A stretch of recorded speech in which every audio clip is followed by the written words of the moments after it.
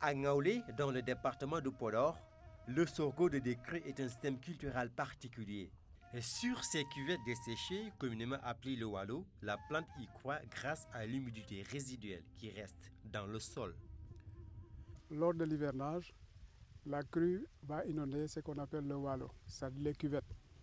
Et c'est au moment de la retraite de cette crue que ce système de culture est pratiqué. Donc c'est un système qui est très durable, qui ne nécessite pas un apport d'eau supplémentaire. Compte tenu de sa pratique ancestrale et surtout de son importance, le Centre national d'études spécialisées sur les céréales sèches a mis en œuvre un important programme d'amélioration de la productivité de cette céréale dans la vallée du fleuve Sénégal. Après diagnostic exhaustif des contraintes liées à son développement, l'ISRA, en partenariat avec la SAED et les producteurs de la vallée, ont identifié 4 axes de recherche-action. Le premier pilier repose sur l'amélioration des variétés locales. Sur ce site de démonstration, implanté dans le champ d'un paysan à Ngaoulé, l'exercice pour ces producteurs consiste à mettre en comparaison leurs variétés locales avec 5 autres variétés améliorées.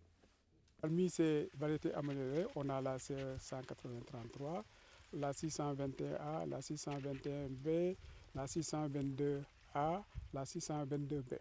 Nous avons certes des critères agronomiques, mais le dernier mot revient au producteur qui va adopter la variété. À l'étape de l'épiésion, certains d'entre eux ont déjà fait leur choix. 621B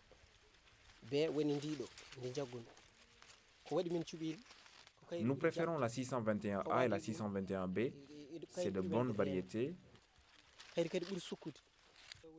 Leurs graines sont denses, leurs tiges vigoureuses et leur croissance rapide. À une différence près, les deux variétés se valent.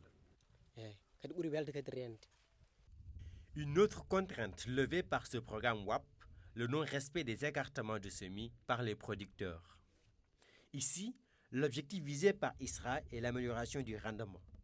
À cet effet, la variabilité de la géométrie de semis est minutieusement étudiée par les acteurs. Les écartements de semis varient entre 1,20 m et 60 cm.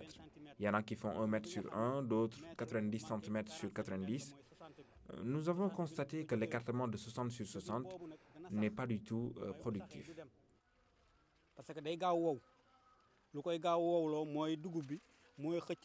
Les deux densités optimales d'ensemble de qualité, c'est la densité de 1 m sur 1 m et de 0,90 sur 0,90. Un autre aspect non moins important, la fertilisation des terres et le traitement des semences. Deux axes majeurs pour assurer la densité de semis et la lutte contre les ravageurs.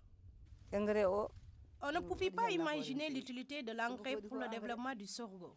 Nous voyons que son apport est très important.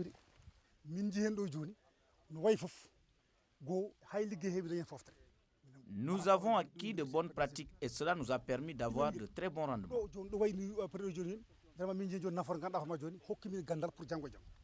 Nous avons des tiges qui sont bien formées. Donc, par rapport à ça, ils ont vu la nécessité d'utiliser de l'engrais dans la décrue. Donc, l'utilisation de NPK et de l'urée semble être retenue d'ores et déjà à mi-parcours. Pour une meilleure appropriation de ce programme, les techniciens de l'ISRA et de la SAED procèdent à des évaluations participatives périodiques. L'effet recherché est d'impulser la dynamique enclenchée. Que tous les producteurs sachent ce qu'on est en train de faire.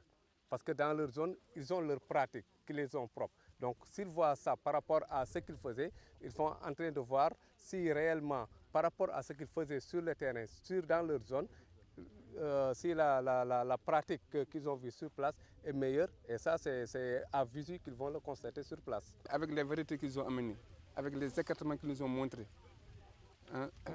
et les ingrédients qu'on a mis là-dedans, à partir de là, on va essayer de faire notre choix sur ces thèmes techniques pour pouvoir choisir là où on aura plus de rendement. La finalité, c'est donc de booster, disons, la culture du sorgho de décrue sur un système qui ne demande pas beaucoup d'investissement, qui ne demande pas beaucoup d'intrants et qui, au fond, une fois exploité, en tout cas amélioré, peut en tout cas aider un peu à booster, à accroître la productivité céréalière. Le sorgho de Décrue a une importance capitale dans l'alimentation des populations de la vallée.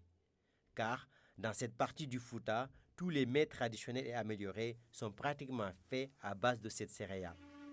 L'amélioration de la productivité va certainement permettre d'atteindre la sécurité alimentaire dans le nord du Sénégal.